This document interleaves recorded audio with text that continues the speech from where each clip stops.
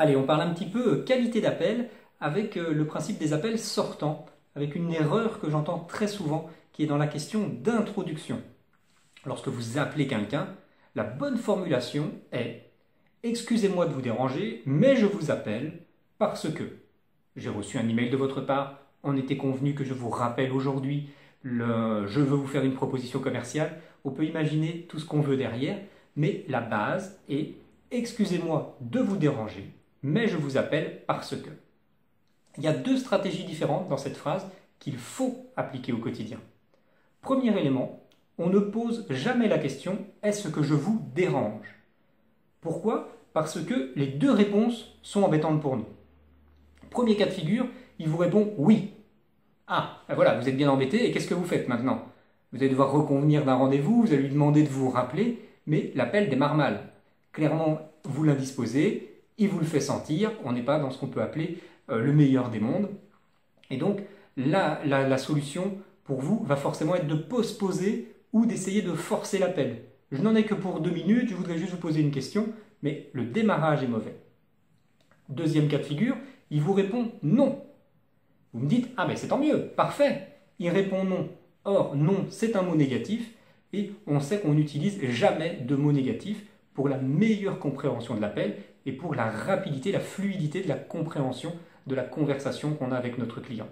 Donc, les deux cas de figure sont mauvais pour nous. On va donc directement passer à l'étape d'après.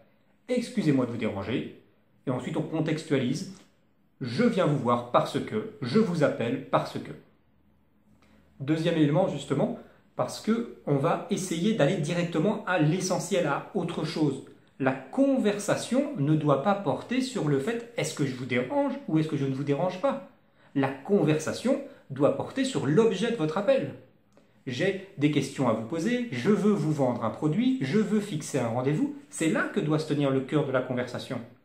Et donc c'est pour ça qu'on balaye tout de suite le problème de est-ce que je vous dérange ou non, qui ne nous intéresse pas, on ne veut pas ergoter dessus, on ne veut pas passer du temps dessus, on veut directement aller à l'essentiel. Donc on balaye en passant directement à autre chose, qui est la contextualisation de l'appel, où là effectivement on va parler de choses qui nous intéressent. C'est très très simple à mettre en place et c'est redoutablement efficace. Ce que je vous propose comme toujours, faites le test et vous allez voir que ça fonctionne très bien.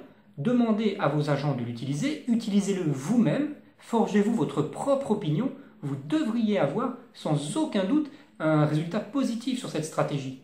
Excusez-moi de vous déranger, je me permets de vous contacter suite à l'email que vous nous aviez envoyé qui nous demandait ceci. C'est tout simple, ça ne demande pas de gros travail, ça ne demande pas de révolutionner votre façon de fonctionner et pourtant c'est efficace. Je vous laisse forger votre opinion, mettez un petit commentaire en dessous si vous avez apprécié cette vidéo, faites-moi un retour justement de votre expérience pour qu'on puisse en discuter ensemble. Comme toujours, moi je vous remercie d'avoir regardé cette vidéo jusqu'au bout et je vous dis bien sûr à bientôt.